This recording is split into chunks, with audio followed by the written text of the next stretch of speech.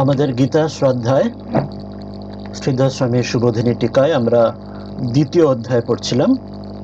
এর আগে আমরা 14 নম্বর শ্লোক, গত ক্লাসে 13 এবং 14 শ্লোক পড়েছি। আজকে তাহলে আমরা 15 নম্বর শ্লোক দ্বিতীয় অধ্যায় থেকে শুরু করব। প্রথমে আমরা গীতা ধ্যানের যে একটি শ্লোক, যেটি আমরা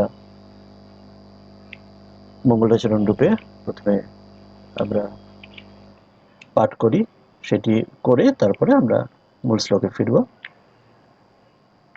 আমরা তবে গীতা ধ্যানের শ্লোকে আসছি।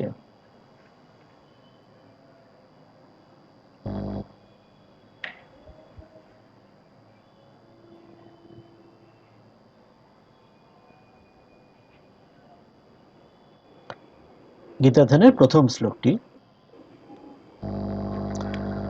ওম পার্থায় প্রতিবোধিতাম ভগবতা নারায়ণেন স্বয়ং ব্যাসেন গ্রথিতাম পুরাণমুনিনা মধ্যে মহাভারতম অদ্বৈতামৃতবর্ষিণীম ভগবতীম অষ্টাদশাধ্যায়িনীম अम्ब त्वाम् अनुसन्दधामि भगवद्गीते भवद्वेषिणीम्।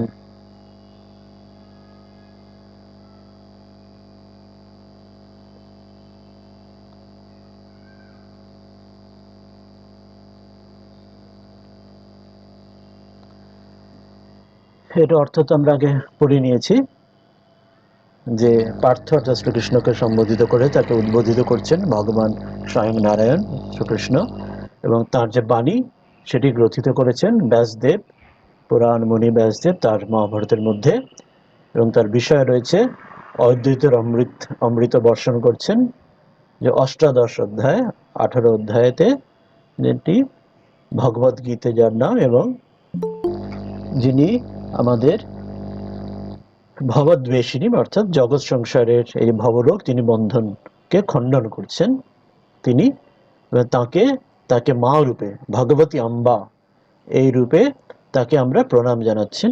ভগবতী আম্বে অনুসন্ধাধামী, তাকে আমরা ধ্যান করি। এবারে আমরা আজকের 15 নম্বর শ্লোক দ্বিতীয় অধ্যায়, এখান থেকে আমরা শুরু করব। শ্লোকটা আগে আমরা পড়ব, তারপরে তার অর্থ, এবং তারপরে শ্রীধরটিকে আসব। কারোর মাঝে কোনো প্রশ্ন থাকলে প্রশ্ন করবেন বা হাত তুলবেন। হাত তোলা যদি আমি খেয়াল করে দেখতে না পারি স্ক্রিনে দেখার জন্য, আপনারা প্রশ্ন করে নিতে পারবেন মাঝের মধ্যে। দ্বিতীয় অধ্যায় 15 নম্বর শ্লোক। শ্রী ভগবান উবাচ यं हि न व्यथयन्त्येते पुरुषं पुरुषर्षभ समदुःखसुखं धीरं सोमृतत्वाय कल्पते। কি বলা হচ্ছে, আমরা যেন অন্যায় করে শ্লোকটি আমরা ভাঙছি। ইয়ম হি, স্ক্রিনে দেখা যাচ্ছে সেই হি না ব্যথয়ন্তি এতে পুরুষম পুরুষর্ষভ সমদুঃখ সুখম ধীরম সহ অমৃতত্বায় কল্পতে। আগে বলেছি, যেখানে যেখানে কোনো শব্দের পরে কোনো ব্যঞ্জনবর্ণ বা স্বরবর্ণ থাকছে, সেই অনুযায়ী অনুস্বার বা যে শেষে যেটা কোনো জায়গায় ময়ের পরে হসন্ত থাকবে, সেটির পার্থক্য হয়। এরকম না, যেখানে দেখছি আমরা, যেমন ধরুন ধীরম, তারপর সাহা আছে, যে সাহা প্রথমে এখানে ব্যঞ্জন বর্ণ রয়েছে, তার আগে যে ধীরমটি ম, যেটি অন্যতে যেটি ম হসন্ত রয়েছে, ওটি ধয় দীর্ঘি র অনুস্বার হয়ে যাচ্ছে, যেটি অন্যতে আমরা মূল মটা দেখাতে পাচ্ছি। যেমন অন্য জায়গায় ইয়ম হি, সেখানেও তাই হচ্ছে। সম দুঃখ সুখম, সেখানেও হসন্ত মটি অনুস্বার হয়ে গেলে মূল শ্লোকেতে। পুরুষম পুরুষার, সেখানেও তাই হচ্ছে। আর যদি কোথাও সেটি পরে যদি ব্যঞ্জনবর্ণ না থাকে, যদি স্বরবর্ণ থাকে, তাহলে কিন্তু সেটা ম এবং হসন্ত একই রকম থাকবে। আর দ্বিতীয় হচ্ছে যেখানে কোনো অয়ের উচ্চারণ হচ্ছে না সন্ধির কারণে, সেটি অবগ্রহ বা লুপ্ত আকার হয়, যেটি ইংরেজি এস এর মতো দেখতে লেখা হয়। যেমন দেখুন এখানে রয়েছে সো মৃতত্বায় কল্পতে, সেটি ভাঙলে হচ্ছে সহ অমৃতত্বায়। কিন্তু যখন আমরা পাঠ করলাম তখন অ শব্দটি বললাম না, সো মৃতত্বায়, অটা লুপ্ত রইল আমাদের উচ্চারণের সময়, সেই জন্য এটি অবগ্রহ বা এরম ইংরেজি এস এর মতো এটি দেওয়া রয়েছে, লুপ্ত আকার। এবারে শ্লোকটির অর্থ বলছেন যে হি কিউ কি কেন না হে পুরুষর্ষভ, যে শ্রীকৃষ্ণ বলছেন যে হে পুরুষ শ্রেষ্ঠ, হে অর্জুন, যারা সম দুঃখ সুখম, যারা সুখ এবং দুঃখকে যারা সমানভাবে যারা দেখতে পারেন, ইয়ম যারা, জিস ধীরম যে ধীর ব্যক্তি, যারা ধীর অর্থাৎ জ্ঞানী যে ব্যক্তিরা সুখ এবং দুঃখ দুইকেই সমানভাবে দেখতে পারেন, সেই পুরুষম পুরুষকে, সেই রকম পুরুষকে, এতে, এতে অর্থাৎ এর আগের শ্লোকে আমরা যেটা পড়েছিলাম যে ইন্দ্রিয় এবং বিষয়ের সংযোগগুলি, আগের শ্লোকে কি ছিল 14 নম্বর শ্লোকে মনে আছে যে মাত্র স্পর্শাস্তু কৌন্তেয় শীতোষ্ণ সুখ দুঃখতঃ আগম পাইন নিত্যা তং তিতিক্ষস্ব ভারত, যেটি আগের দিন আমরা 14তে পড়েছিলাম।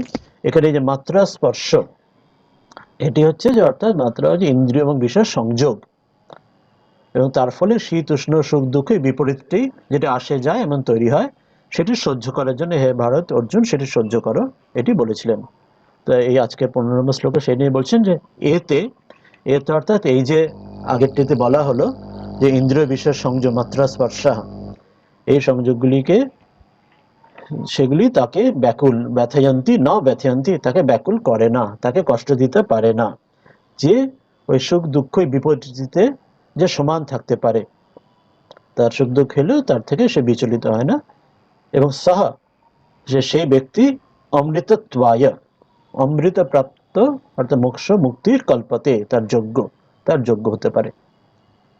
এটি একটা খুব বড়, এই শ্লোকটি খুব বিশিষ্ট শ্লোক, যাতে আমাদের তিনি তার যে অধিকারী বলছেন যে কে এই অমৃত অর্থাৎ মোক্ষের অধিকারী হতে পারে। অর্থাৎ জীবনের শুরুতে যে সাধনা চতুষ্টয় যেটি আছে, বিবেক বৈরাগ্য সমদমাদি ষটসম্পত্তি, শেষে মুমুক্ষুত্ব। বিবেকটা কি আমরা আগে বলেছিলাম, নিত্য অনিত্য বস্তু বিচার বিবেক। ঠাকুর কথামৃতে বলছেন শুরুতে শ্রীমকে যে বস্তু বিচার, বলছেন চৈতন্যদেব, শ্রীম বলছেন চৈতন্যদেব নাটক দেখেছি সেখানে বস্তু বিচার আছে। ঠাকুর বলছেন হ্যাঁ বস্তু বিচার করবে, ঈশ্বরের বস্তু আর সব অবস্তু। তো এই যে যখন এই বিচার করে নিত্য অনিত্য আমরা ভাগ করতে পারি, তখন আমরা এই মাত্রা স্পর্শাস্তে এই যে সুখ দুঃখের বিপরীতটিতে, তখন আমরা সেটাতে বিচলিত হই না। না হলে সাধারণত আমরা সুখে পেলে আকর্ষণ হয়, দুঃখ পেলে তার বিরোধী যেটা ঘৃণা বা ভয় বা ব্যাকুলতা উদ্বেগ হয়।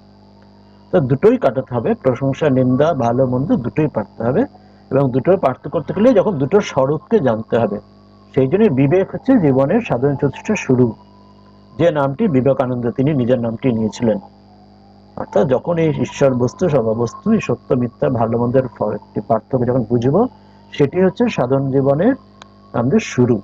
তখনই সম দুঃখ সুখম করার দিকে আমরা চেষ্টা করবো, যে দুটোর পারে যাবার, দুঃখ সুখ দুটোরই পারে যাবার। স্বামীজি বলছেন যে সুখ আসে দুঃখের কাঁটার মুকুট পরে, যতক্ষণ আমি বিপরীতটাকে না জানছি তখনই কিন্তু আমরা একদিকেই রয়ে গেলাম,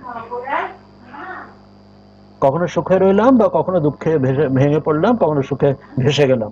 এই আমাদের জীবন চলে, সুখে ভেসে যাওয়া আর দুঃখে ভেঙে পড়া। কিন্তু যখন দুটোকেই আমরা সমান সমান দেখতে জানতে পারবো, তখন তার পারে যাবার তার যোগ্যতা পাবো, অমৃতত্ব যোগ্যতা কল্পতে, তখন তাকে ব্যথা দিতে পারবে না সেই এই সুখ দুঃখের এই যে প্রবাহগুলি। এবার আমরা তবে শ্রীধর টিকাতে আমরা আসি। 15 নম্বর শ্লোকে শ্রীধর স্বামী বলছেন তৎপ্রতিকার প্রয়ত্নাৎ अपि, একটু আওয়াজ আসছে কারোর কোথায়।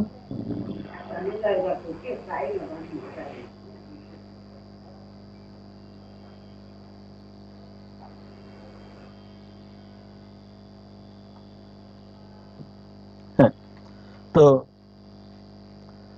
তৎপ্রতিকারাৎ সে প্রতিকারের জন্য, প্রয়ত্নাৎ अपि প্রয়ত্ন, প্রয়ত্ন করা সত্ত্বেও, কি নয় এর আগের শ্লোকে যেটা বলা হয়েছে যে ওই যে মাত্রা স্পর্শ যেটা আমরা পড়েছি, যে প্রতিকারের প্রযত্ন সত্য তৎসহনম এব উচিতম, অর্থাৎ এগুলি প্রতিকারের জায়গায় এগুলি সহ্য করে, যেটা বললেন আগের শ্লোকে, যে তাং তিথিস্য ভারতে 14 নম্বর আগের দিনের শ্লোকে, যেকে তুমি সহ্য করো।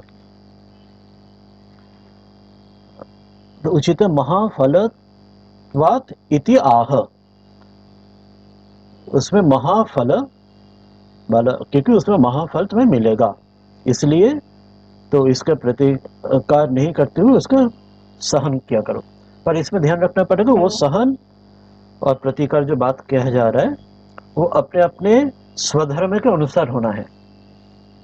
सभी जैसे स्वामी जी कह रहे हैं, जो सन्यासी के लिए अप्रतिकार, गृहस्थ के लिए प्रतिकार। ठाकुर कह रहे हैं जो एक कोई कहानी, जो वही ब्रह्मचारी और सांप की कहानी में, जो बोले तुम फूस नहीं किया, दूसरों को नुकसान मत पहुंचाओ, पर अपने से अपने रक्षा के लिए, अपने को रक्षा के लिए तुम अपने आप को इसमें अपने स्वधर्म पालन करो। तो यहाँ पे भी ध्यान रखना पड़ेगा, जहाँ पे भी कहा जा रहा है जो प्रतिकार के से सहन कर उचित होगा, वो मनुष्य जो जिस स्थिति में, जहाँ स्थान पे है, जिस वर्ण आश्रम में, अपने स्वधर्म के अनुसार वो उसका सहन करेंगे, या प्रतिकार उनका जो आधार पर, जैसे जैसे सन्यासी के लिए अलग होता है, जैसे कोई सैनिक के लिए, सोल्जर के लिए, उनको लिए तो उनका युद्ध करना ही उनका, वही उनके लिए स्वाभाविक स्वधर्म, उनके लिए उस ढंग का जो तितिक्षा, वो सन्यासी की तितिक्षा, उनके सन्यासी के लिए जो तितिक्षा है, जो सैनिक का जो तितिक्षा वो नहीं, उनको दूसरे सैनिक के लिए उनका जो प्रहार करना, उनका जो उचित स्वधर्म, वो उनका जरूरी है। इसलिए श्री कृष्ण अर्जुन को कह रहे हैं, अर्जुन क्षत्रिय है, क्षत्रिय को अपने तरफ से स्वधर्म पालन, युद्ध करना चाहिए, इसलिए ये अपने अपने स्वधर्म को अनुसार समझना है। अभी कह रहे श्रीधर टीका में नीचे में, यंग ही न व्यथयन्त्येते पुरुषम पुरुषर्षभ सम दुख सुखम धीर सौमृतत्वाय कल्पते। एते मात्रा स्पर्शा, जो ये अर्थात ये मात्रा स्पर्श, जो पिछले श्लोक का जो हम लोग जो पढ़ा, जो मात्रा स्पर्श से कौन्तेय, जो पहले था, जो मात्रा स्पर्श से कौन्तेय श्रुतिस्न सुख दुखदा आगम पायन नित्य तत्व भारत 14 में पढ़ा था। ये जो मात्रा स्पर्श शब्द, विषय इंद्रियों को यह संयोग, ये संयम यम पुरुषम, जिस पुरुष को न व्यथयंती, जिसको व्यथा नहीं देना, देता है, जिसको कष्ट नहीं देता, जिसको उसका दुर्भोग नहीं देता, जिसको व्याकुल नहीं करते, न अभिभवंती, जो उसके विकार में नहीं पड़ता है, उसमें उसके जाल में नहीं फंसता है, इस मात्रा विषय और इंद्रियों का योग में। समय कैसे रहता है वो समय सुख दुखे यस्य त्वम तम, जो सुख दुख में वो समान रहता है, जो सुख के कारण जो होता है उसे प्रशंसा मिलता है या आनंद होता है, और जो उसमें भी बहक के नहीं जाता है, और दुख में जो निंदा होता है या उसका जो कष्ट होता है उसमें भी उसका परेशान नहीं होता है, परेशानियां नहीं होता है। तो यस्य तम, ऐसे व्यक्ति को सह तही, से व्यक्ति अविक्षिप्यमाण, विक्षिप्त होना मैंने विक्षेप होना, अपने जगह से विचलित हो जाना, ये अविक्षिप्यमाण, अर्थात ये विक्षिप्त नहीं होता है, अपने जगह में विचलित नहीं होता है, वो स्थिर रहता है। तो कैसे स्थिर रहते हैं ना, धर्म ज्ञान द्वारा, ये धर्म का ज्ञान, जो ज्ञान के विषय श्री कृष्ण बोल रहे अर्जुन को, उस ज्ञान का द्वारा जैसे पता होता है, ये इसके बैलेंस रखना चाहिए। ठाकुर जो कह रहे हैं, जो दोनों बीच में जो, जब वेइंग मशीन में जो तुला दंड है उसमें जो वजन करते हैं, उसमें जो ऊपर का जो नित्य, नीचे का नित्य, ये जो बैलेंस है ना, वही है योग।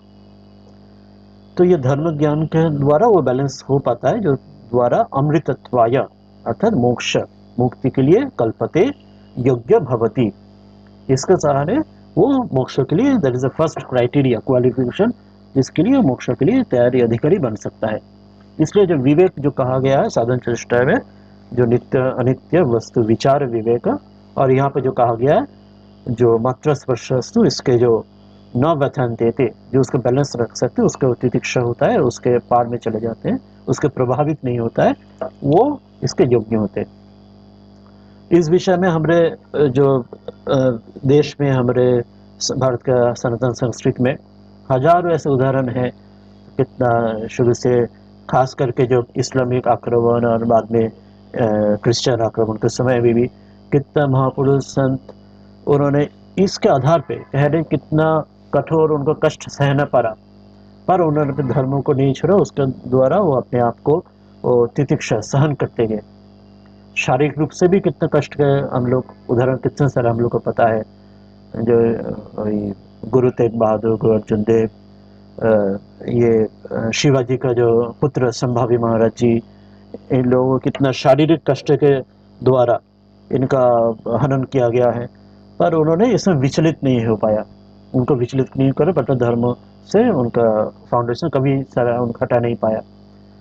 और ब्रिटिश अमल में भी इसमें कितना घटना हुआ है, और आध्यात्मिक स्वरूप में भी, आध्यात्मिक रूप में भी कितना महापुरुष लोग और कितना अवतार जैसे चैतन्य देव आदि, और मध्य युग में मीराबाई से शुरू करते हुए गुरु नानक जी, तुलसीदास जी, सभी लोग अपने जीवन में ये दिखा है जो ये जागतिक जो संसार के जो सुख दुख जो रहता है ये रहेगा भी, पर उससे पार जाने का एक ही उपाय है। This is the beginning, this is the first beginning step for spirituality so called. क्योंकि इसमें बोल रहे इसका योग्यता तभी बनता है जब तुम एक्चुअली कोशिश करोगे। You have to know, strive to get beyond this problems of life, mundane problems of life।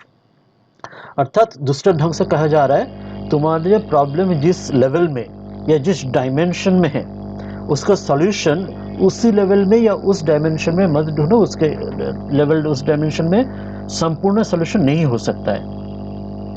अर्थात सुख के विरोध में तुम कभी दुख आएगा, दुख के विरोध में कभी सुख आएगा, कभी तुम दुख हटाओगे थोड़ा सुख आएगा, फिर दुख आएगा, ये चलते ही रहेगा। This is no absolute end to this. तो उस लेवल उस डायमेंशन में तुम उसका खत्म नहीं कर पाओगे। तो उसके पार जाना है तो you have to go up, arise up to some higher dimension, जिसमें ये तुम्हें बैलेंस रखे, इसका पार जाना पड़ेगा। तभी तुम आध्यात्मिक जीवन के लिए तुम काबिल तुम बनोगे, योग्य बनोगे। तो इसलिए हमारे जीवन में जब भी हम लोग को सुख दुख परेशानी होता है, सुख में तो कोई परेशानी उस ढंग से नहीं होता है, क्योंकि सुख हम लोग चाहते हैं, हम लोग सुख से भागना नहीं चाहते, सुख हम लोग ज़्यादा मांगते हैं। इसलिए सुख जब आते हैं तब ये सब बात ईश्वर का बात भूल जाते हैं, सुख में हम लोग बह जाते हैं। पर जब दुख आते हैं तब हम लगता है जो इसलिए कि क्यों दुख आ गया, इसमें कब सुख आएगा, क्यों ऐसे हुआ, मेरे लिए क्यों हुआ, ये सोचते रहते हैं। उसी लेवल में उसका सॉल्यूशन भी ढूंढते हैं, पर कभी मिलता है कभी नहीं भी मिलता है। इसलिए जब भी हम लोग सोचेंगे इसका बियॉन्ड है solution, you have to transcend that level, तभी हम लोग मोक्ष के लिए योग्य आगे। नहीं तो that cycle will continue for births and deaths and deaths and births again and again and again. थोड़ा सुख आएगा, फिर दुख, फिर दुख, फिर सुख, इस जन्म अगली जन्म में ऐसे चलते जाएगा। तो this is that's why very important. तो इस साइकिल के बाहर जाने के लिए ये बैलेंस जो हमको भाव हम लोग देखना, तो इसमें तभी अमृत के योग्य। ये वेरी इंपॉर्टेंट श्लोक के बाद फिर भगवान कहेंगे अगले श्लोक में, जो ये जो स्थिति जब है तब और एक बहुत इंपॉर्टेंट एक श्लोक अभी आएगा, जो इसका जो तत्व, अभी तो उन्होंने तथ्य बताया पिछले श्लोक में, तथ्य पिछले जो दो श्लोक में मात्र स्पर्श से जो विषय सुख दुख हंसी गम खुशी गम, ये गर्मी ठंडी, ये सब खड़े तथ्य का विषय बताया। अभी उसका जो तत्व, उसका जो पीछे जो तत्व है, उस तत्व के विषय में 16 श्लोक में है। This is a very very important श्लोक है, जिसमें उसका जो तत्व क्यों है, क्यों इसके पार में तुम जाना चाहिए, क्यों उस लेवल में उसका फाइनल सोल्यूशन क्यों नहीं है, क्यों उस लेवल से पार में दूसरा लेवल में तुम्हें जाना चाहिए, उसका बैलेंस होना चाहिए। There is no way in this world to finally get beyond. इसी कारण से हम लोग सुख में भूल जाते, बह के जाते हैं, पर दुख में याद आता है भगवान को।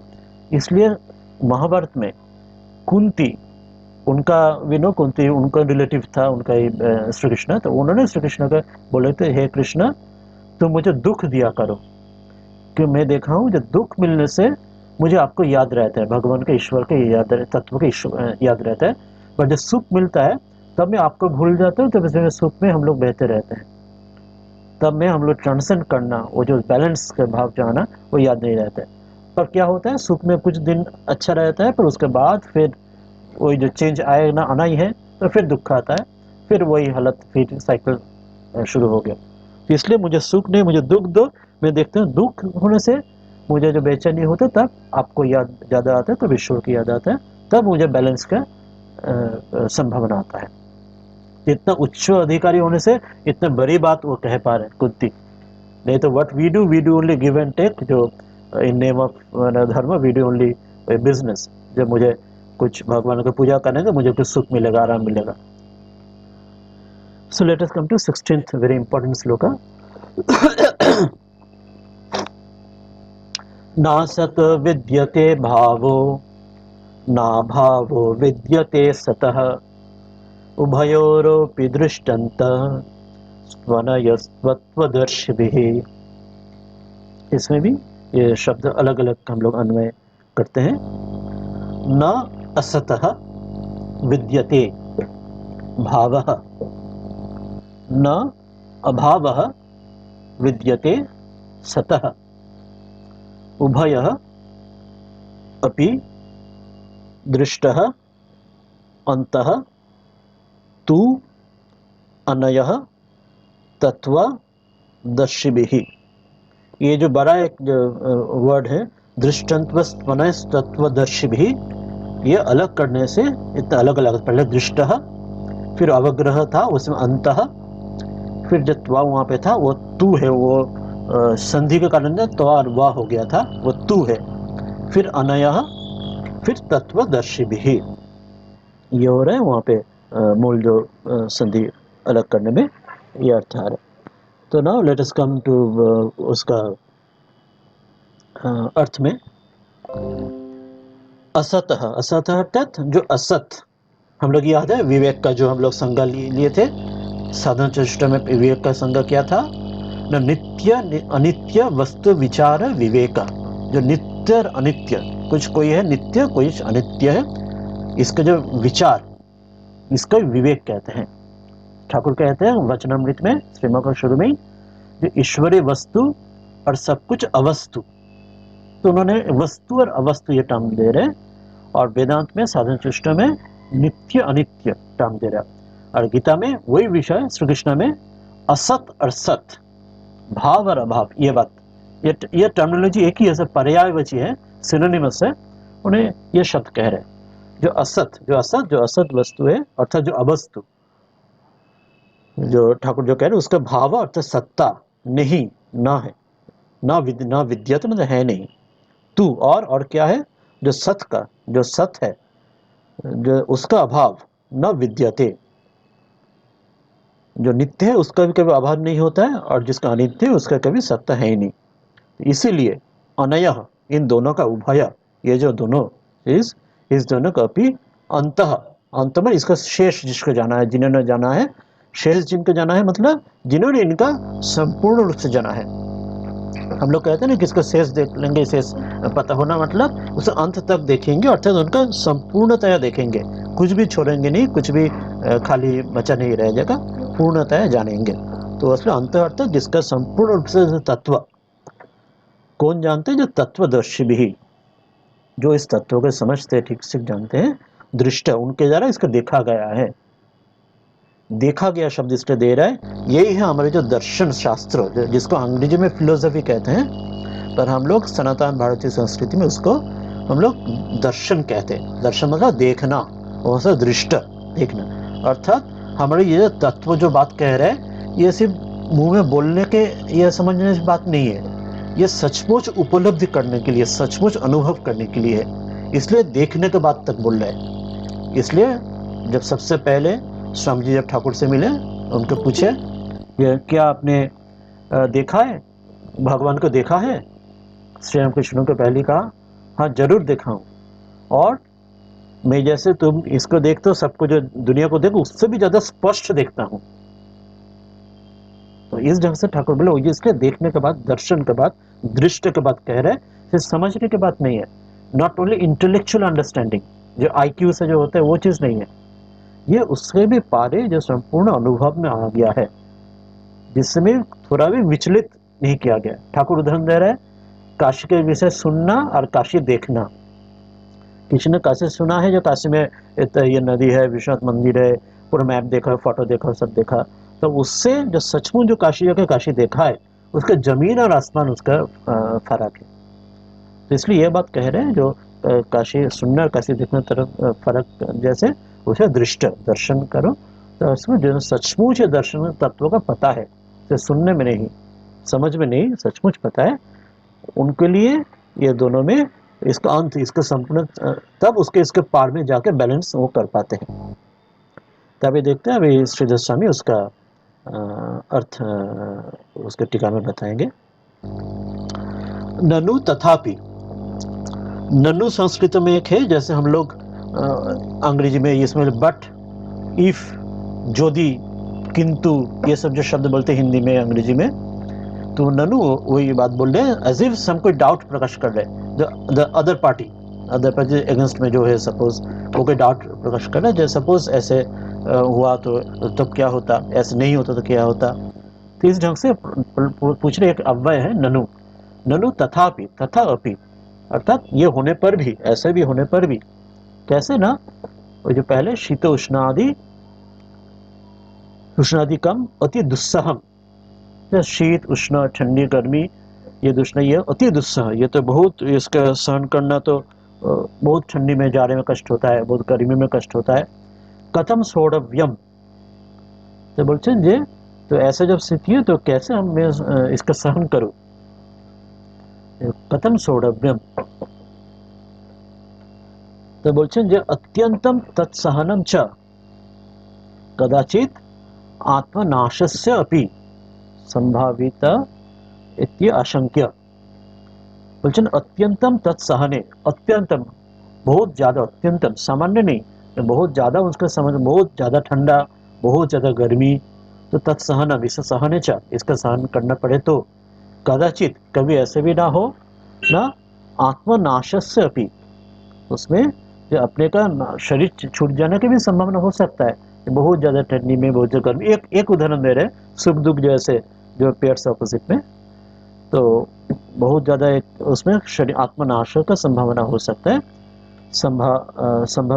संभवतात इति आशंक्य, इसका आशंका करते हुए, इसका डाउट करते हुए, तत्व विचारतः, इसलिए तत्व के विचार करके, ये जो तत्व का बात अभी जो कहे जा रहा है इस श्लोक में, विचार करते हैं, सर्वं सोढ़ुम, सब कुछ सह्य करो, सब कुछ सह्य करो, सहन करो, जो शक्यम इति आशयेन आह,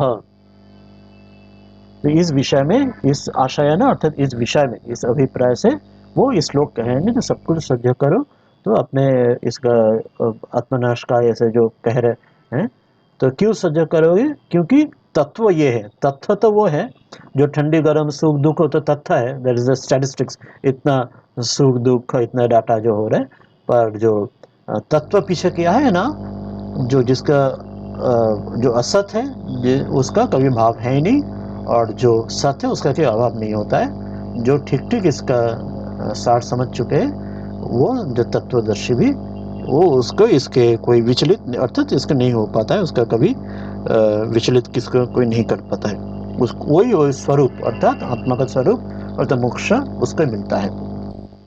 तो अभी व्याख्या क्या कर रहे हैं श्रीधर स्वामी ने, वेरी इंपॉर्टेंटली वो कह रहे हैं, दिस वेरी इंपॉर्टेंट श्लोक, जो कह रहे हैं असतः, असतः अर्थात जो असत, जिसको कौन असत है, now giving the technical terminology of that, कह रहे हैं अनात्म धर्मत्वात्, जो अनात्म धर्मत्वात् अविद्यमानस्य, क्योंकि वो अनात्मा है इसलिए वो अविद्यमान है, वो विद्यमान है ही नहीं, आत्मा अनात्मा, यहाँ पे और एक टर्मिनोलॉजी आया, हम लोग कई टर्मिनोलॉजी देख लिया अभी, जैसे श्री रामकृष्ण वचनामृत कहा वस्तु अवस्तु, है ना, और यहाँ पे श्री कृष्ण कह रहे हैं सत असत, भाव अभाव, और हमारे वेदांत में कहा गया नित्य अनित्य, विवेक डेफिनेशन में, यहाँ पे श्रीधर स्वामी और एक दे रहे हैं आत्मा अनात्मा, अर्थात आत्मा अनात्मा क्या है, जो आत्मा जो नित्य शुद्ध बुद्ध आत्मा, और हमारी ये जो शरीर है, जिस शरीर को में हम लोग प्यार करते हैं, जिसको शरीर को हम लोग अपने आप सोचते हैं दिस इज आई, जो मिस्टर ए मिस्टर बी हम लोग समझते हैं, कह रहे दैट इज अनात्मा, वो आत्मा नहीं है, यह देह और उसके अंदर जो है इंद्रिया, मन, बुद्धि, चित्त, ये सब कुछ अनात्मा है। तो अस अनात्मा धर्मत्वात् अविद्यमान से ये अविद्यमान है, इसलिए असत है। तो शीत उष्ण तो देहात्मनि भाव, शीत और उष्ण इसका जो ये देहात्मनि, ये जो उसका जो भाव हो रहा है, तो वो किस ढंग से ना कह रहे, जो भाव आत्मनि आत्मने नहीं रहता, सत्य ना विद्यते, अर्थात ये जो उसका जो भाव है आत्मा में, वो सत्य नहीं है। ठाकुर कह रहे हैं जो जैसे सूरज आकाश में है कितना दूर में, पर जमीन में कोई लोग अच्छे काम कर रहे, बुरा काम कर रहे, उसका जो सुख या दुख उस लोगों को हो रहा है, उसके जो पुण्य और पाप उन लोगों का हो रहा है। शीतोष्ण जैसे विपरीत फल पर सूर्य का कुछ भी फर्क नहीं आता है। जैसे वायु के साथ सुगंध भी बहता है, दुर्गंध भी बहता है, पर वायु खुद निर्लिप्त, तो वायु में वो जो गंध जिसको मिलता है उसको गंध अच्छा, महक अच्छा, बुरा लगता है, पर खुद निर्लिप्त रहता है। इसलिए शीतोष्ण ये देह का ये जो चेंजेस, वो उसमें सत्य में, आत्मा में जो सत्य, उसमें और आत्मा में वो जो चेंजेस नहीं है। तथा, और एक क्या कह रहे हैं, तथा सतः, और जो सत है उसका सत स्वभावस्य आत्मनः अभाव विनाशः न विद्यते। सत कौन है? जो सत स्वभाव, अर्थात स्वभाव से आत्मा, आत्मा का जो आत्मा नित्य शुद्ध बुद्ध मुक्त आत्मा, उसको कभी अभाव या विनाश नहीं होता है। पहले भी कई बार बोल चुके हैं, जैसे हम लोग शरीर में हम लोग कपड़ा बदलते हैं, रोज नया कपड़ा बदलते हैं, शरीर एक ही रहता है, उसी ढंग से शरीर जब छूट जाता है, जन्म से मरण के बाद शरीर छूट जाता है, दूसरा बार नया शरीर आता है, पर आत्मा एक ही रहते हैं, शरीर बदलते रहते हैं, इसलिए वो नाशवान हो जाता है। जैसे एक नदी एक ही रहता है, क्योंकि उसका जो बेस वो एक ही रहता है, खात एक ही रहता है, पर उसका जो पानी बदलते रहता है। इसलिए अंग्रेजी में कहावत प्रोवर्ब है, a wise man never baths in a river twice. क्यों? कारण वही हो रहा है, जो जब भी तुम नहाओगे तो वो पानी बह चुका है। नदी तुम्हें लगता है एक ही नदी है क्योंकि वो खाते हैं, पर पानी दूसरा बार एक ही पानी नहीं है। इसी ढंग से आत्मा सत है, उसका अभाव नहीं है कभी, पर ये पानी जैसे जो शरीर बदलते रहते हैं, सूक्ष्म शरीर और उसके बाद में उनका जो मन बुद्धि का चित्त, ये चेंजेस, स्थूल शरीर वो बह के नेक्स्ट शरीर तक जाता है जन्म के बाद, तो दैट कीप्स ऑन चेंजिंग। इसलिए तो वो अनात्मा है, उसका अभाव हो जाता है। तो ये जो फर्क एवं उभय, ये जो दोनों फर्क, एक आत्मा एक अनात्मा, देहो और मन बुद्धि ये सब अनात्मा है, और आत्मा नित्य शुद्ध बुद्धिमान आत्मा, इसका जो सत असत अंतर, ठीक है, सत इसका अंत निर्णय दृष्ट, इस दो सत और असत का जो अंत अर्थात इसका शेष, अर्थात इसका पूर्णता जो तत्व जिसको जिन्होंने इसका शेष देखा है, अर्थात इनका पूरा तरह से समझा है, निर्णय किया है, अर्थात दृष्ट किया है। कोई किसने किया है? कह रहे ना, तत्वदर्शी भी, जिन्होंने तत्व का दर्शन किया है, उन्होंने तत्वदर्शी भी, इन लोगों से वस्तु यथार्थ्यम विद्धि, तीनों ने वस्तु का जो जो सचमुच जो उसको यथार्थ स्वरूप विद्धि, वो लोग ये यथार्थ स्वरूप उन लोग जानते हैं, वो तत्वदर्शी लोग। ये लोग एवं भूत विवेकेन सहस्व इति अर्थ, इसी कारण एवं भूत, इसीलिए इस विवेक से, इसलिए वो विवेक का बात अभी कहा। आई सेड दैट साधना चतुष्टय का दिस द वेरी फर्स्ट आध्यात्मिक जीवन का दिस शुरुआत है।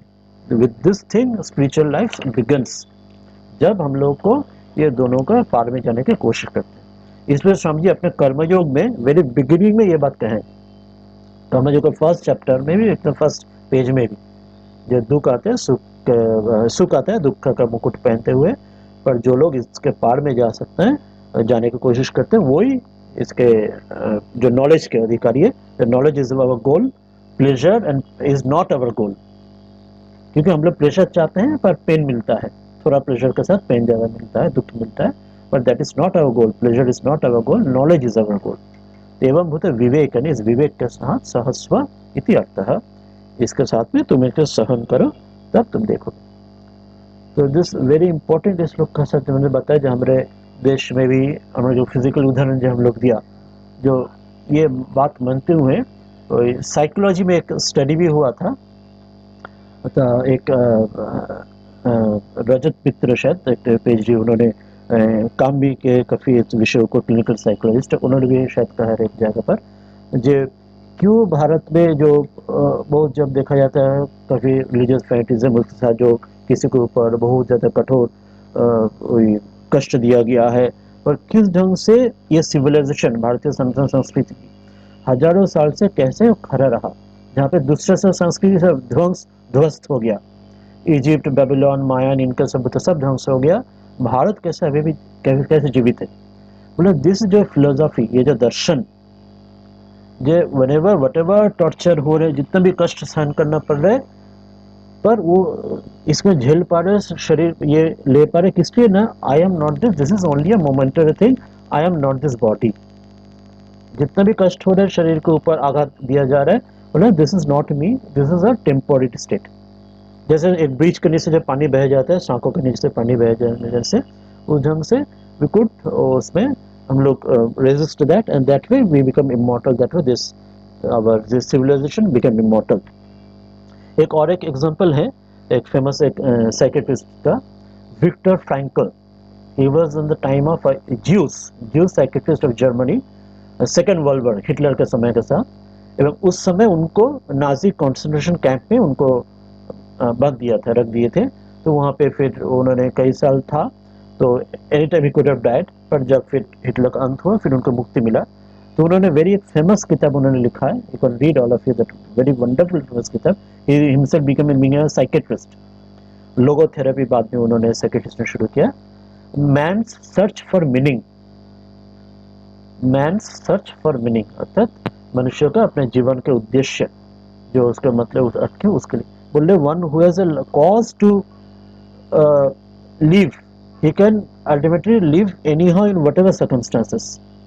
अर्थात जिन्होंने, जिसको पता है जो अपने जीवन का कुछ एक अर्थ, जो इस शरीर ही सब कुछ नहीं है, क्योंकि वहाँ पे कॉन्स्टेंस कम है, any day he could have died, many were dying, पर जो सोचते हैं something there is beyond that, वो अपने साइकोलॉजी साइकेट्रिक लेवल में है, बात कह रहे हैं, पर एटलीस्ट उस लेवल में भी जो सोच पा रहे, this is not everything, this body and this torture or this life and this is not everything, this is something higher, ideal, better vision is there, then you can withstand all this torture, all these problems, and you can go beyond this, transcend this thing। और हमारे ये जो आत्मा अनात्मा की जो बात, जो श्री कृष्ण कह रहे हैं, ठाकुर हमारे साथ संस्कृति में दे रहे हैं जिनको, तो इसमें वही बात कह रहा है कि you have to go beyond, you have to transcend, उसमें बह जाना नहीं है, तुमको उसके पार में जाना है, be great. This is important, जिसलिए श्री कृष्ण शुरू से ही अर्जुन को बार बार कह रहे हैं, जो अनार्य जुष्टम, तुम कह रहे कैसे अनार्य जैसे हो गया, क्षुद्रम हृदय दुर्बलम, don't be small, be great, तुम you go beyond all this things. जो संसार में ये सुख दुख सब रहेगा, समझी बार बार कहते हैं, तो all this problems will be there, but जैसे एक मच्छर और एलिफेंट का एग्जांपल होता है, एक एलिफेंट के लिए वो मच्छर उसका ट्रंक में बैठा है, तो एलिफेंट बोल रहा है, तो तुम उसके, तुम्हारे फैमिली लेके भी मेरे ट्रंक में बैठे, मुझे कुछ नहीं आता, अर्थात you be greater, the smaller problem will be small and smaller and smaller, you be greater and greater and greater, bigger, so that you can transcend that problem. This is a very important एक teaching, ये जो दोनों श्लोक है। इसके बाद let us come to the 17th श्लोक। आप लोगों के बीच में कोई प्रश्न हो तो बीच में भी पूछ सकते हैं, नहीं तो हम लोग और एक श्लोक आगे कोशिश करते हैं आज। 17th श्लोक, अविनाशी तु तद्विद्धि येन सर्वमिदं ततं, विनाशमव्ययस्यास्य न कश्चित् कर्तुमर्हति। अविनाशी तु तत् विद्धि येन सर्वम इदम ततम, विनाशम अव्ययस्य अस्य न कश्चित् कर्तुम अर्हति। अविनाशी, अविनाशी अर्थात जिसके विनाश नहीं होते, जिसका नाश रहित, जिसका that which cannot be destroyed, अर्थात आत्मा का बात कहा जा रहा है, आत्मा कैनॉट बी डिस्ट्रॉयड। तू तत् विद्धि, संधि में त और द हो गया था, ये मूल में त और त हसंत है, संधि में त को द हो गया था। तो तद विद्धि, जो तू अर्थात उसका तू, उसका किंतु तत् का विद्य, तद विधि उसका जानो, जो जानो क्या, और क्या जानो, जो ये न सर्वम इदम ततम, जिसके द्वारा उस अविनाशी तत्व को तुम जानो, जिसके जिससे ये न, जिसके द्वारा इदम, ये सब कुछ, ये जो कि दृश्यमान देख रहे हो, सारे समग्र जगत परिदृश्य में, दिस इमेनेंट, दिस एग्जिस्टेंस, यूनिवर्स, सर्वम, इस सबका सर्वत्र जगत, ततम, ततम मतलब परिव्याप्त हो चुका है, व्याप्त। ठाकुर बोलते हैं जोड़े आछे, एवरीथिंग मिलके, all this things has pervaded by this reality. So अस्य, अस्य ऑफ दिस, अव्ययस्य, वही वही अव्यय अर्थात वही बात कह रहा है, अविनाशी मतलब नाश रहित, अव्यय जिसका व्यय नहीं होता है, अर्थात जो खर्चा नहीं होता है, अर्थात जिसको घटता नहीं, अर्थात जो अविनाशी, नाश नहीं होता है, उसी बात। इसी अव्यय से ये आत्मा का विनाशम, इसका जो खत्म करने, इसका विनाश करना, कर्तुम करने में यज्ञ कश्चित न रहती, कश्चित कोई भी समर्थ योग्य नहीं है, इसके किसने भी इसका ध्वंस नहीं कर सकते। This is the strength of our Indian, our Hindu सनातन संस्कृति सिविलाइजेशन। तो इस तत्व का आधार पर, दिस नॉट द तथ्य, दिस तत्व, दैट वाज द तत्व स्ट्रेटस डाटा, जब सुख दुख ऑपोजिट्स वर द तथ्यस स्ट्रेटस, बट दिस इज तत्व। ये हम लोग जो पता है, इसके लिए आवर संस्कृति would withstand thousands of years of Islamic barbarism and उसके बाद Christian, this our imperialism, everything. तो ये बात कह रहे हैं, जो हम लोग अभी टीका में आते हैं, श्रीधर स्वामी कह रहे हैं,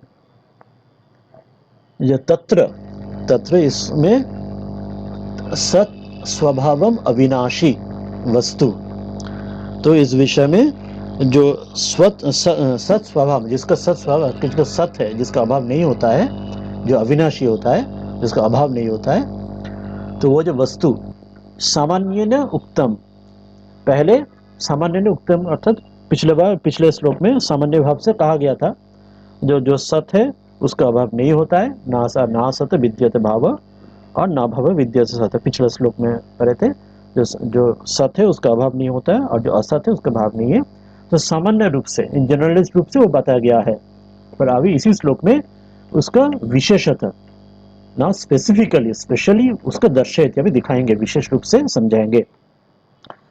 क्या समझाएंगे ना, बोलेंगे ये न, जिसके द्वारा सर्वम इदम, अर्थात सर्व इदम समग्र, क्या ना, आगम अपायक धर्म, अपाय धर्मकम, आगम तो आता है, अपाय जैसे चले जाता है, अर्थात उत्पत्ति हो तो विनाश होता है, जिसके द्वारा ये समग्र कुछ, अर्थात ये जो समग्र जगत, जगत का उत्पत्ति होता है, शरीर छूट जाता है, जीवों को भी, हम लोग को भी शरीर उत्पत्ति हो रहा है, शरीर छूट जा रहा है, पर जिन्होंने ये सब कुछ व्याप्त किया है, जिन्होंने सर्वमिदम, ये सारे आगम उपाय का धर्मकम देहादिकम, ये शरीर आ रहा है फिर चले जा रहा है, तत् वो जो विषय तत् साक्षित्वेन व्याप्तम, वो साक्षी रूप में इसके व्याप्त होकर है।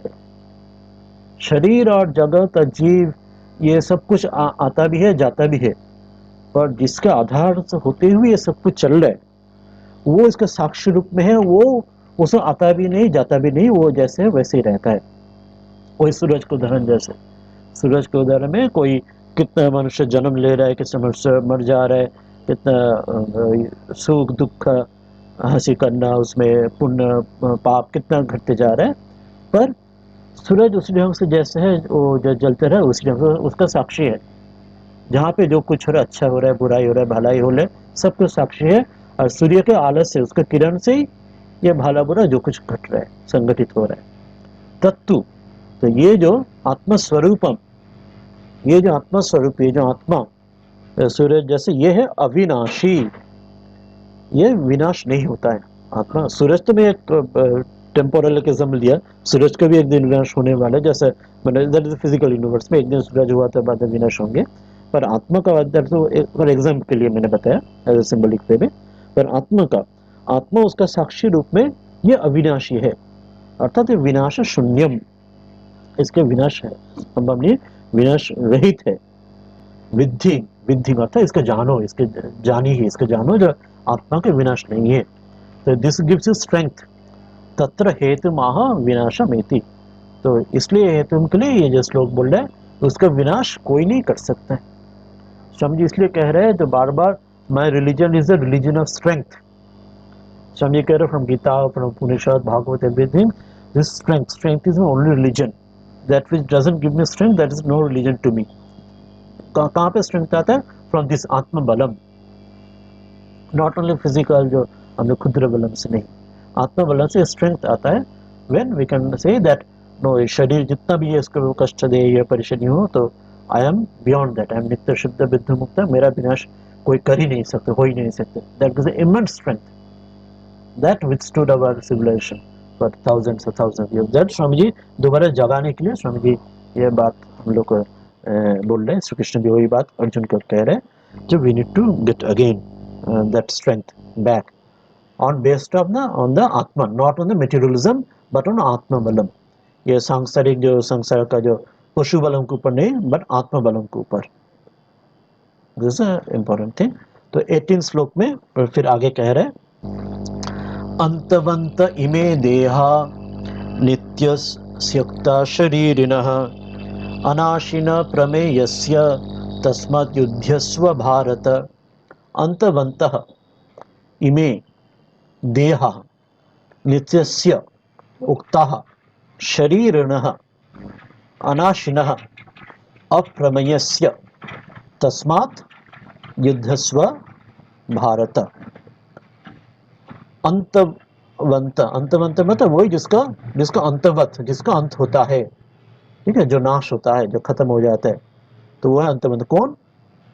न इमे देहा, ये जो शरीर, हमारे जो ये शरीर है, ये शरीर का नाश हो जाता, अंत होता है, पर ये शरीर को लेके जो है नित्य, वो नित्य है। नित्य से उक्ता शरीर न, नित्य से कौन उसमें नित्य है? जो शरीर न, देही जो है, जो शरीर को लेते हुए जो शरीर, जो देहो लेते हुए देही, जो आत्मा जो है वो नित्य है, ये उक्ता, ये कहा गया है। और वो कैसे है? वो अनाशिन है, अर्थात नाश नहीं होता है, वो नित्य है और अप्रमेयस्य है। उसका कोई प्रमाण, अर्थात वो उसका विस्तृत अर्थ प्रमेय के बाद में आएंगे, जो परिच्छिन्न अर्थात वो यू कैनॉट लिमिट इट, वो अर्थ विस्तृत हम लोग टीका में आएंगे। तो उसका नाश भी रही, तो उसका नित्य भी है, वो अप्रमेय से अप्रमेय है। इसीलिए तस्मात् व्हाट यू युद्धस्व, हे अर्जुन, भारत, तस्मात् युद्धस्य, हे अर्जुन, हे भारतवंशी अर्जुन, तो तुम युद्ध करो।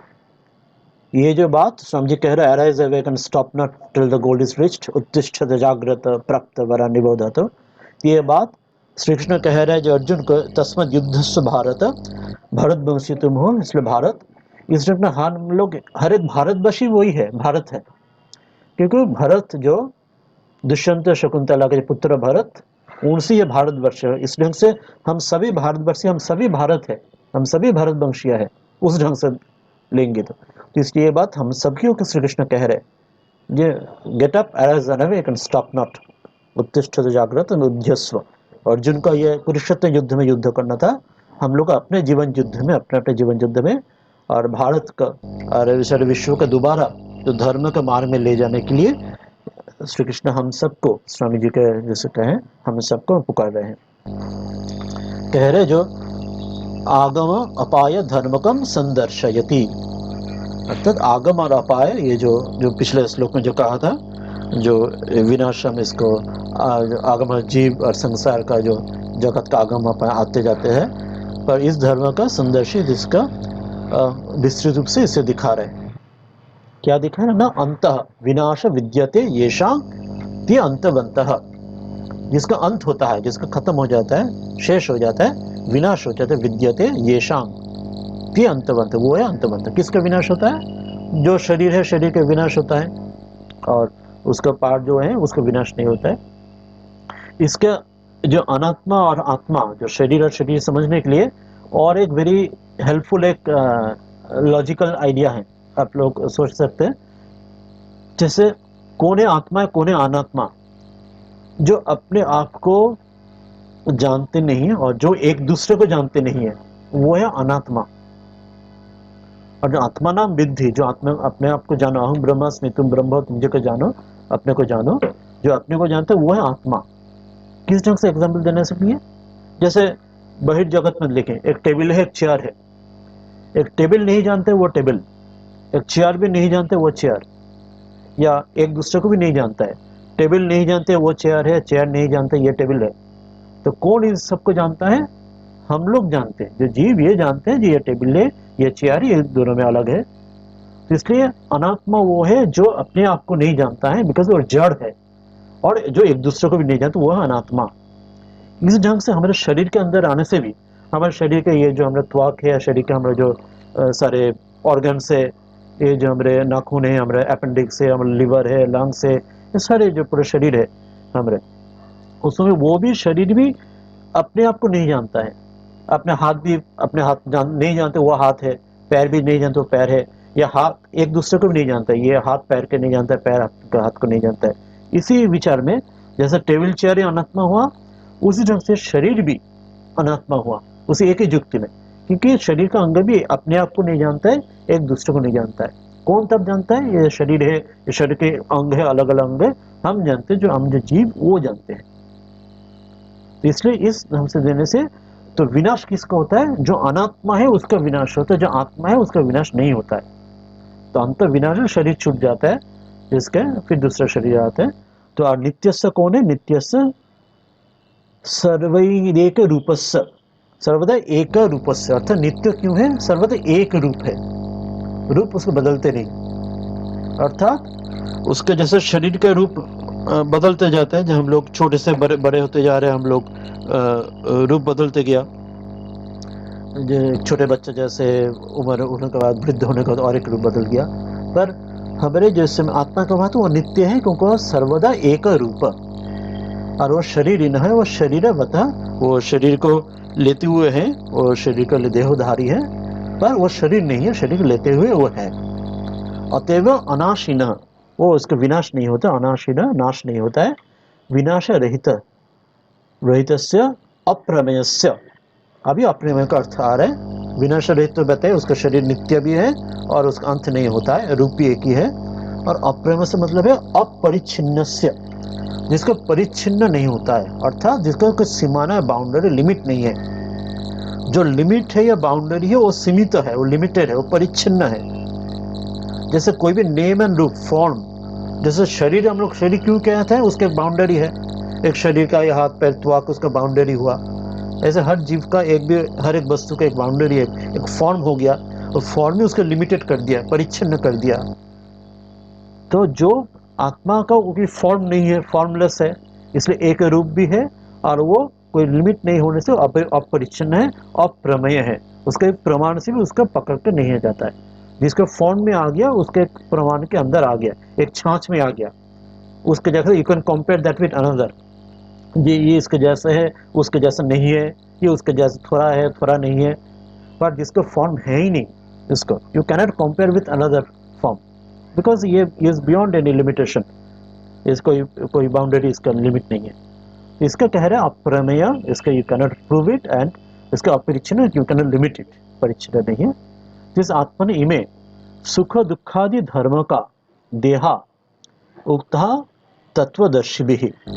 तो ऐसे जो आत्मन है, वो ये सुख दुख जो जो धर्म, इसके जो देह, दो देह है, इसके सुख दुख धर्म का देह, अच्छा देह उसका आधार है, सुख दुख धर्म होते हैं, पर आत्मा उसका आधार नहीं है। This is a difference. आत्मा उसका अपरिच्छिन्न, उसका लिमिटेड नहीं है, वो अपरिच्छिन्न अप्रमेय है, उसमें सुख दुख धर्म आत्मा में है ही नहीं। तो सुख दुख धर्म कहाँ है? तो देहों में है। तो इसलिए उक्तवा कौन कहा है इसके ये बात? ना तत्वदर्शी भी, जो तत्वदर्शी भी उसने कहा है, जो उस देह में जो लिमिटेड है, जो परिच्छिन्न है, जो प्रमेय है, जो नाशवान है, जो अनित्य है, उसमें सुख दुख ये विपरीत ऑपोजिट पेयर से, पर आत्मा में नहीं है ये ऑपोजिट। इसलिए you go with, you be that, you realise that. यस्मात् एवं आत्मना ना विनाश, जैसे जिसलिए ये आत्मा का विनाश नहीं होता है। न च सुख दुखादि संबंध, वही बता, जो अप्रमेय से उसका कोई कनेक्शन है ही नहीं, तो सुख दुख के संबंध हो ही नहीं सकता है। कोई सूरज जैसे अलग है, उसके नीचे में कोई अच्छा बुरा काम करे सूरज को, उसको कुछ भी फर्क नहीं पड़ता है उस ढंग से। तस्मात तस्मात मोहजन शोकम, इसलिए मोह, तुम्हें जो शोक उत्पन्न हुआ है, शोक के लिए तुम जो युद्ध नहीं करना चाह रहा, ये छोड़ दो। त्यक्त्वा युद्धस्व, ये त्याग करो, तुम युद्ध करो। अर्थात स्वधर्मम मां त्याक्षी इति अर्थः, तुम अपने स्वधर्म को मत छोड़ो। गीता में बार बार ये बात स्वधर्म कह रहे। भारत के पतन का ये भी एक कारण था अपना स्वधर्म को छोड़ना। समझिए, ये बात भी कह रहे जहाँ पे अपना लोग स्वधर्म छोड़ के अपने हम लोग अनात्मा को लेके ज्यादा व्यस्त हो गए थे, वो भी हमारे कारण थे, पतन के कारण। इसलिए कह रहे हैं तुम शोक मोह छोड़ करके, पर शोक के लिए ध्यान रखना चाहिए। वो जो अपने भीष्म पितामह इसके लिए शोक कर रहे, शोक करना में अपने से कोई बुराई नहीं है, पर शोक करने के लिए तुम जो स्वधर्म छोड़ के कर्तव्य कर्म नहीं करना, वो इसमें बुराई है। इसलिए ये मोह का बात इसलिए कह रहा है, जब मोह, उसके जो मोह उत्पन्न हो रहे वो मोह में बुराई है, आत्मीय और शोक में बुराई नहीं है। क्योंकि पता है ठाकुर भी रो रहे अपने अक्षय के लिए रो रहे, माँ को उधर माँ भी रो रहे दूसरे के लिए, स्वामी भी दुख, दूसरे के दुख कर रहे। इसलिए शोक दूसरे दुख के लिए दुख करना कोई उसमें कोई खराब बुराई नहीं है, और उसके लिए अपने कर्तव्य करने से विच्युत हो जाना, स्वधर्म से विच्युत होना, जब मोहग्रस्त हो जाना, उसमें बुराई है। इसलिए कह रहे वो तुम छोड़ो, मोह छोड़ो, अपने स्वधर्म त्याग करो, यहाँ पे युद्ध करो। ये बहुत इंपॉर्टेंट बात दे रहे, जो अपने अपने जीवन में भी, हमारे अंतर जीवन बहिर्जीवन में भारत के उत्थान के लिए भी ये हमारे बहुत बड़ा शिक्षा है, ये हम लोग को लेना चाहिए। तो आज तो समय पूरा हो गया, हम लोग आप लोग कुछ प्रश्न और या कोई चर्चा कुछ बताएंगे? निर्मल है तो, और भी कोई है कुछ बताएंगे? उसके बाद हम लोग अंत करेंगे। 3 श्लोक का पढ़ा, 3 की 4 श्लोक पढ़ चुके हैं। निर्मल कुछ बोलोगी और भी कोई कुछ बताओ निर्मल? ना महाराज, সেরকম তো কিছু বলার নেই। अच्छा, और ठीक है, तब और कोई कुछ पूछना चाहेंगे और कहना चाहेंगे? सिन्हा जी और राव जी और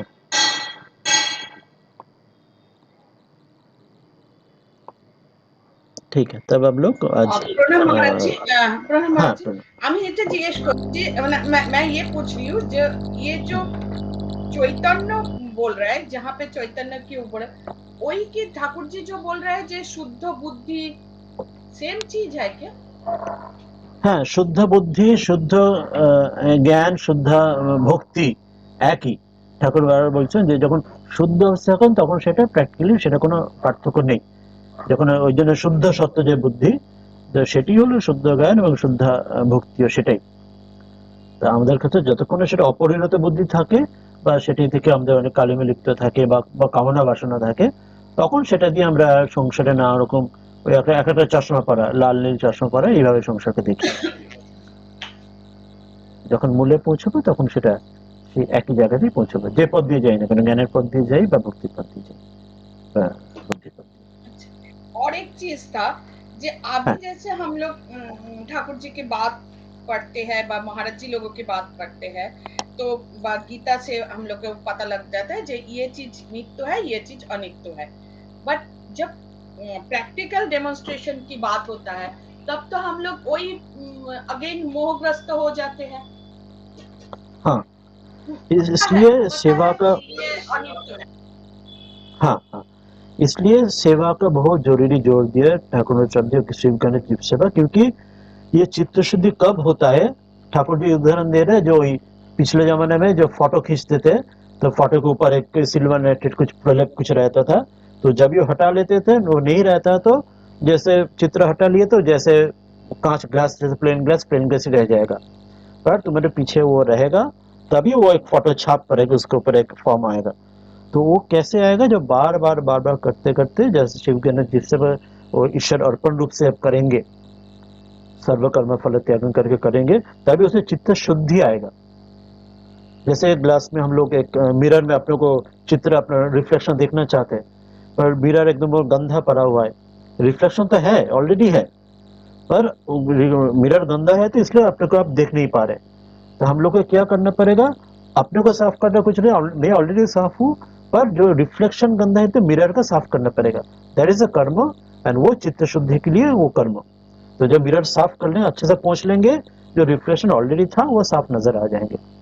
तो ये हम लोग को करने पर जब भी हम लोग भूल जाते हैं, शोक मोह होता है, दोबारा हम लोग भूल जाते हैं हम लोग, इसलिए बार बार ये सेवा के साथ गुरु जो उपदेश दिए उसके अंदर साधना करना, और ये श्रद्धा, ये कनेक्शन बार बार बार याद दिलाना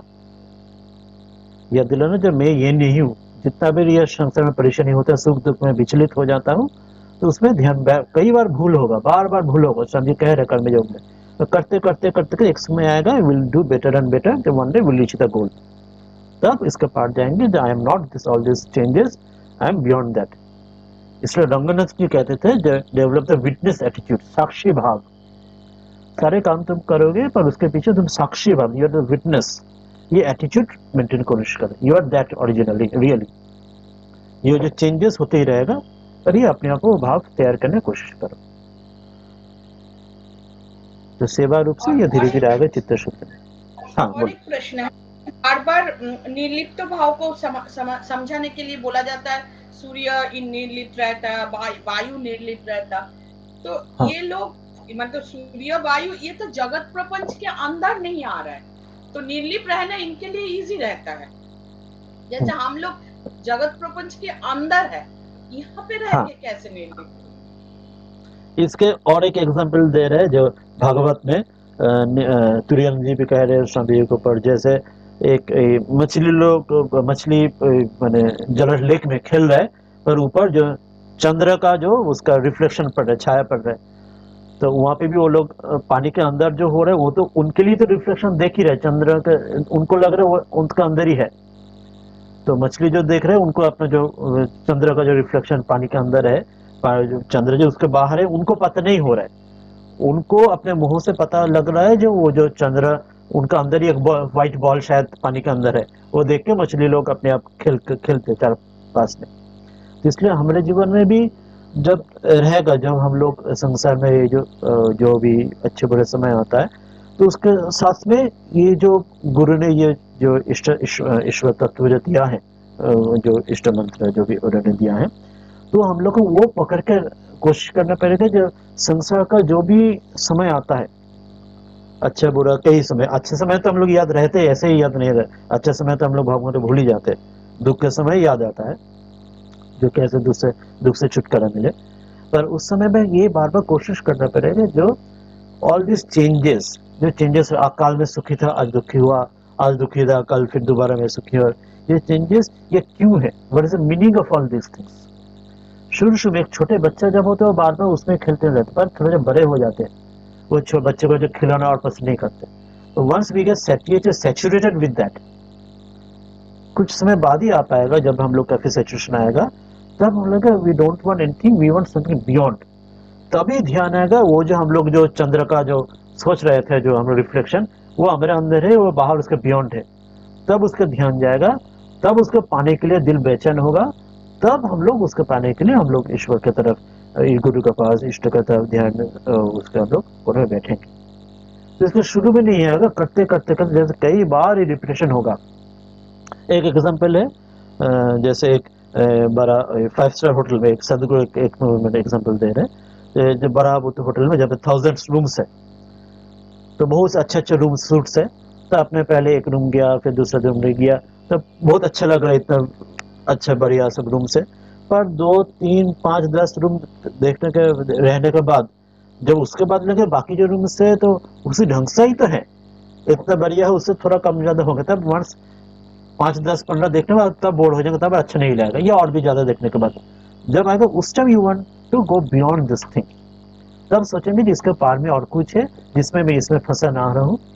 तो ये जो सेटिस्फेक्शन अवे, जो संसार का सैचुरेशन हो गया, डिस्कॉन्टेंट जो आएगा, आई वांट समथिंग बियॉन्ड, तभी वो आएगा, तभी वो बियॉन्ड में जैसे उस दिन आपने दिया वायु या सूरज, संसार के बाहर में, जागतिक उसके बाहर में, तभी वो बात आएगी, क्योंकि दिस ट्रांसेंडेंटल बात, यही बात बार बार कहा जा रहा है, जो वहां पे कहा ना, जो उन्होंने जो you have to go beyond this thing, सम दुख सो अमृत के आज 15 श्लोक में जो पढ़ा था हम लोग, that person only resolved or set to eligible to get moksha। तो जब तक वो भाव नहीं आएगा, one who is satisfied all this things, Thakur कह रहे हैं, जो माँ कह रहे हैं, बच्चों कह रहे हैं, जो माँ जब मुझे लेट्रिन आता है मुझे उठा देना, तो माँ बोल रहा है मुझे उठाना ही पड़ेगा, लैट्रिन भी तुम उठाएगा। तो अर्थात ये ना, जब उसका समय आएगा, भोग जब पूरा होगा, भोग का अंत होगा, ये भोग का कम से कम आफ्टर सर्टेन टाइम वो ही होगा। बोले ये पहले जन्म है तो या पहली मनुष्य जन्म है तो बहुत कुछ भोग की इच्छा है, तो थोड़ा बहुत कुछ भोग होना चाहिए, तब उसके बाद त्याग का बात आएगी। वो इस जन्म में हो सकता है या पूर्व जन्म में शायद भोग कर चुके हैं, तभी ये हो सकता है। संस्कार अपने अपना अलग अलग रहता है, पर ईश्वर का प्रार्थना करेंगे तो वो और जल्दी कैन डू दैट। इसलिए we have to step out from the cozy our माने understanding of our own very corner of our life. We have to take challenge and face challenges, is very important. ঠিক আছে। ঠিক, তাহলে আমরা শেষ গুরু গীতা ধ্যানের শেষ মন্ত্রটা আমরা দিয়ে ওটা শেষ করি। 9 নম্বর যে মন্ত্রটি, ওটা দিয়ে শেষ করব।